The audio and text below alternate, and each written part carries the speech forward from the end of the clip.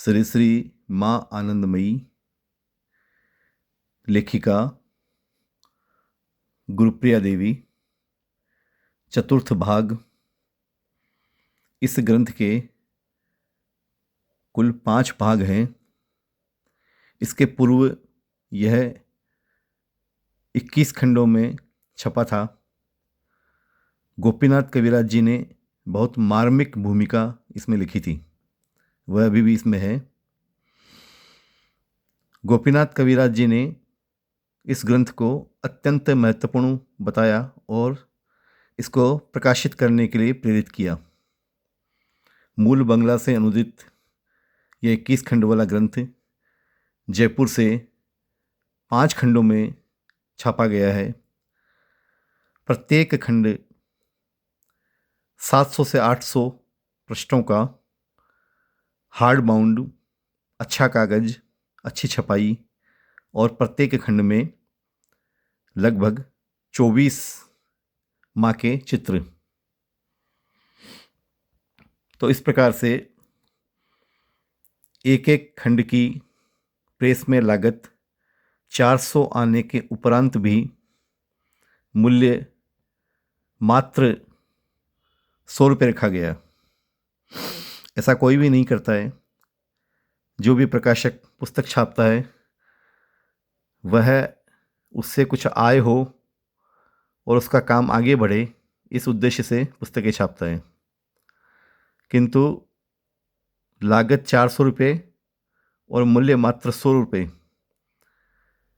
ऐसा इसलिए किया गया कि यह पुस्तक सभी साधकों तक पहुँचे, सुलभ हो जाए।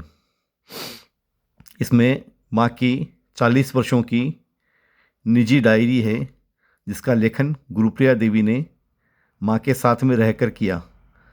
गुरुप्रिया दीदी माँ की निजी सेविका थी और पूरा जीवन उन्होंने माँ पर समर्पित कर दिया था और अंतिम समय तक वो माँ के साथ रही थी। उन्होंने जो जो देखा, प्रतिदिन जो देखती थी, वो डायरी में लिखती थी। बड़े बड़े महात्मा साधक माँ के पास में आते थे। माँ पूरे भारत में घूमती थी। राजा महाराजा माँ को अपने स्थान पर लेकर जाते थे। अत्यंत महत्वपूर्ण व्यक्ति, नेता सुभाष चंद्र बोस, मदन मोहन मालवीय जी, गुलजारी लाल नंदा, कई देशों के राजदूत, राष्ट्रपति माँ के पास में आते थे। सूक्ष्म शरीरधारी महात्मा साधक माँ से आकर निर्देश लेकर जाते थे, सहायता लेकर जाते थे।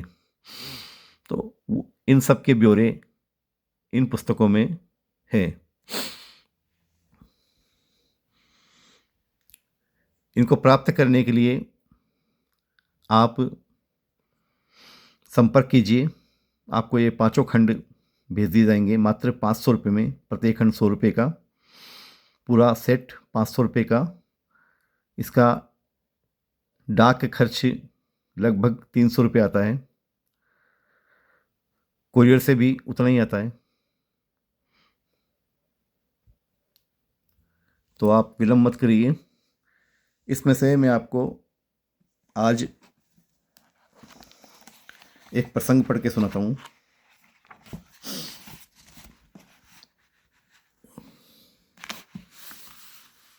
एक दिन सवेरे दिल्ली के पुराने भक्त चारू दादा माँ के दर्शन करने आए और लोगों के सामने एक घटना का वर्णन किया। एक बार माँ जब दिल्ली में डॉक्टर जेके सेन के यहाँ थी, उन दिनों उनका तीसरा पुत्र श्री शिशिर कुमार अत्यंत अस्वस्थ हो गया था। शिशिर बाबू कलकत्ता में रहते थे। स्थिति काफ़ी खराब हो गई थी। लगभग सभी डॉक्टर निराश हो गए थे। डॉक्टर सेन ने चारू बाबू से अनुरोध किया कि माँ के निकट शिशिर कुमार की जीवन रक्षा की प्रार्थना करें। वे स्वयं माँ के सामने प्रार्थना करने में संकोच अनुभव कर रहे थे।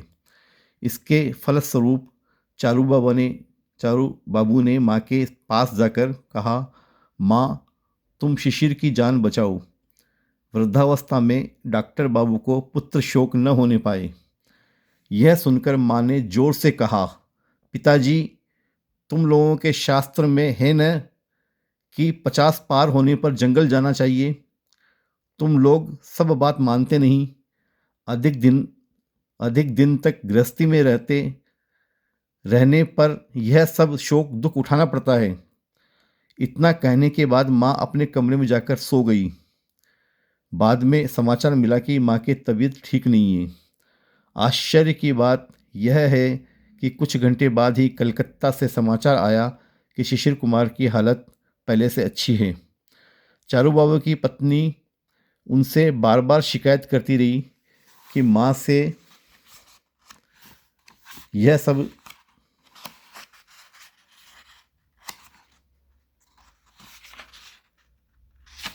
कहना उचित न हुआ। माँ ने शिशिर बाबू के रोग को अपने शरीर में ले लिया है। सचमुच में देखा गया कि शिशिर बाबू धीरे धीरे स्वस्थ हो गए हैं। इस तरह की अनेक अलौकिक घटनाएं माँ के जीवन में निरंतर देखी गई।